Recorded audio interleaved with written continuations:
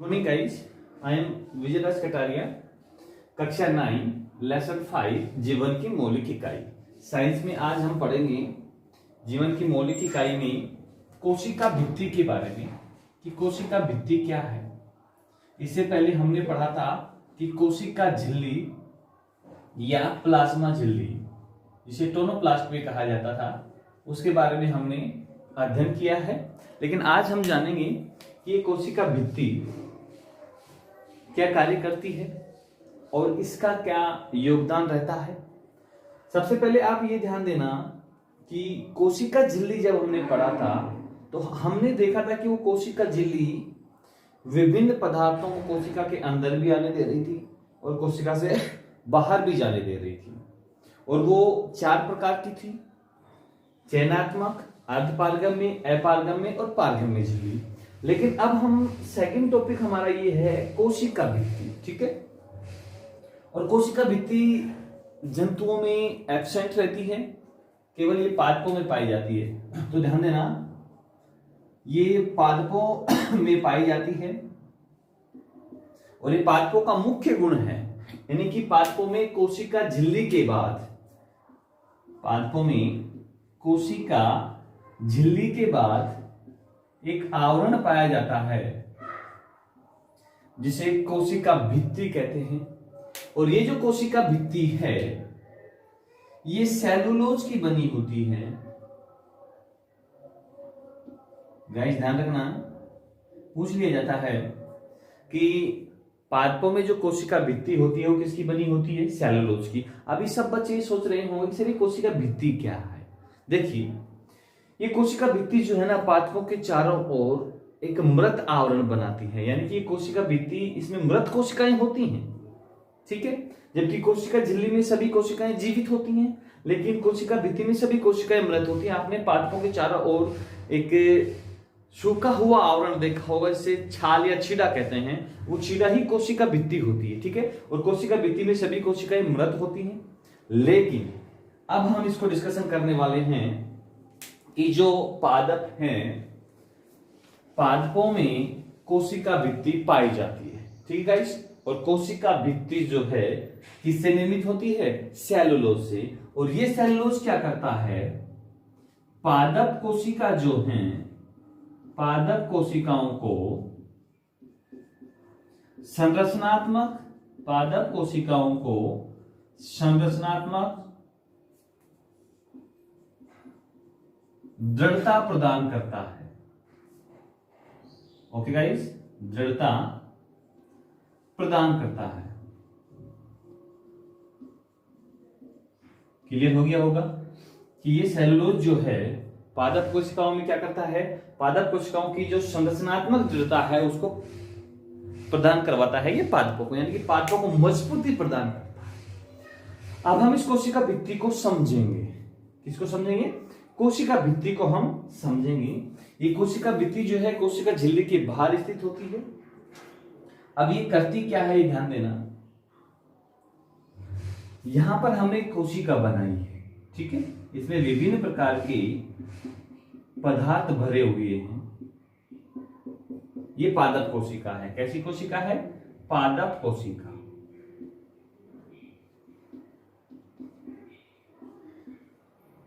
पादप कोशिका में परासरण की क्रिया के द्वारा, किस क्रिया के द्वारा? परासरण की क्रिया के द्वारा, या यूं कहीं पादपों में जब परासरण की क्रिया होती है तो पादप कोशिकाओं में, इस पादप कोशिका में जल की हानि होगी, जल की हानि होगी। तो आप समझना इसको कि पादप कोशिकाओं में परासरण की क्रिया के द्वारा कोशिका के अंदर जल की हानि होती है। हानि क्यों होगी? क्योंकि जल बाहर जाना शुरू हो जाएगा और कोशिका के अंदर जल की मात्रा कम होने लगेगी, या कोशिका के अंदर जल की हानि होने लगेगी। अब जब पादप कोशिका में परासरण की क्रिया होती है तो पादप कोशिका के अंदर जल की हानि होने लगती है और पादप कोशिका में भरे हुए पदार्थ सिकुड़ने लगते हैं। ठीक है, अब इसके अंदर जो भरे हुए पदार्थ है ना वो सब सिकुड़ने लगेंगे, मतलब इसका आकार छोटा होता जाएगा। ठीक है, और जल बाहर निकल जाएगा। ओके गाइस, कोशिका में भरे हुए पदार्थ सिकुड़ने लगते हैं और यह क्रिया जीव द्रव संकुचन कहलाती है। जीव द्रव संकुचन कहलाती है। क्वेश्चन पूछ लिया जाए कि जीव द्रव संकुचन से आप क्या समझते हैं, तो ध्यान रखना कि पादप कोशिकाओं में परासरण की क्रिया के द्वारा जल का कोशिकाओं से बाहर निकलना तथा कोशिकाओं में भरे हुए पदार्थों का सिकुड़ना जीव द्रव संकुचन कहलाता है। ठीक है, इसके विपरीत एक शब्द और आता है कि जीव द्रव प्रकुंचन क्या है, तो इसका उल्टा हो जाएगा, परासरण की जगह विसरण आ जाएगा कि विसरण क्रिया के द्वारा पादप कोशिकाओं में जल की मात्रा बढ़ने लगती है, जिससे सिकुड़ा हुआ जो जीव द्रव है पुनः अपनी उसी अवस्था में आ जाता है। या हम यूं भी कह सकते हैं कि पादप कोशिका में विसरण क्रिया के दौरान पादप कोशिकाओं का फूल जाना।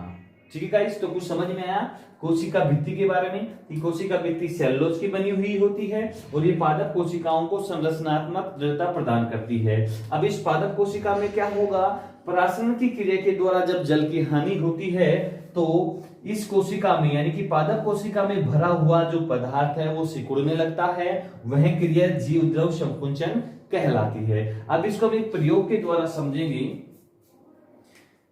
हम अंगूर लेते हैं, अंगूर सभी ने खाए होंगे। एक अंगूर को हम लेते हैं और इस अंगूर को शर्करा के घोल में डाल देते हैं। किस में डालेंगे, शर्करा के घोल में। अब जैसे ही अंगूर को हम शर्करा के घोल में डाल देते हैं तो कुछ समय बाद देखते हैं ये हमने एक बीकर लिया, इसमें ये शर्करा का घोल हमने भरा हुआ है। ओके गाइस, ये शर्करा इसमें भरी हुई है और इस शर्करा के घोल में हम अंगूर को डाल देते हैं। ये अंगूर है और ये शर्करा का घोल है।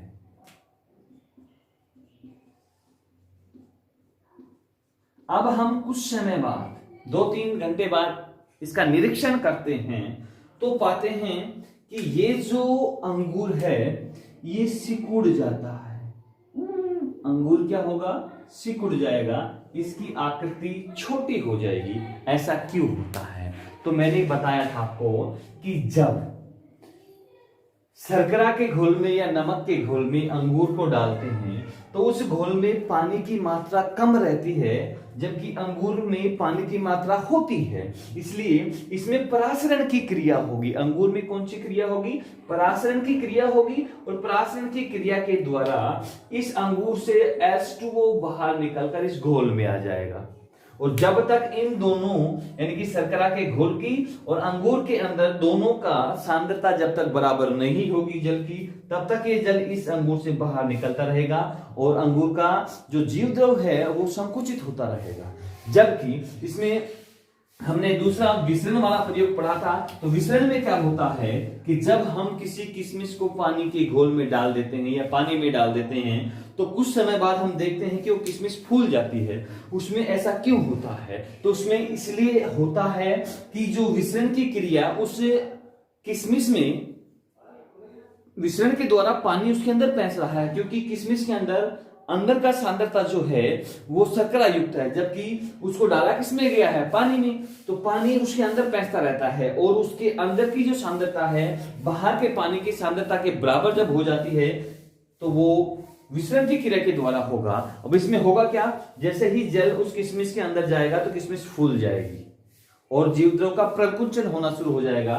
तो यहां पर इन दोनों शब्दों का आप ध्यान रखें कि परासरण में क्या होगा, जल की हानि होगी और जल की हानि जब कोशिका में होगी तो कोशिका सिकुड़ जाएगी, जबकि विसरण में क्या होगा, जल बढ़ेगा उस कोशिका में और जल जब बढ़ेगा तो वो कोशिका प्रकुंचित होगी यानी कि फैल जाएगी। और ये कोशिका भित्ति क्या करती है, कोशिका झिल्ली, जैसे कोशिका बढ़ेगी तो उसके ऊपर दबाव बनाए रखेगी कि तो वो अपने जगह से बाहर ना जाए, और जब संकुचित होती है तो उसको वो कवर रखती है। तो ध्यान रखना है, हमने क्या कहा है कि कोशिका भित्ति पादप कोशिकाओं को संरचनात्मक दृढ़ता प्रदान करती है। अब जैसे जैसे किशमिश का आकार बढ़ता रहता है उसमें विसरण की क्रिया होगी, और जैसे जैसे अंगूर में से पानी निकलता रहता है यानी कि अंगूर सिकुड़ जाता है, वो परासन की क्रिया कहलाती है। तो कोशिका भित्ति आपको नॉर्मली तरीके से समझ में आ गई होगी कि ये, अब यहां पर क्वेश्चन पूछ लिया जाता है कि कोशिका भित्ति किन किन में पाई जाती है, तो पादपों के अंदर तो नॉर्मली पाई जाएगी, साथ में कवकों में भी कोशिका भित्ति पाई जाती है, और बैक्टीरियाओं में भी,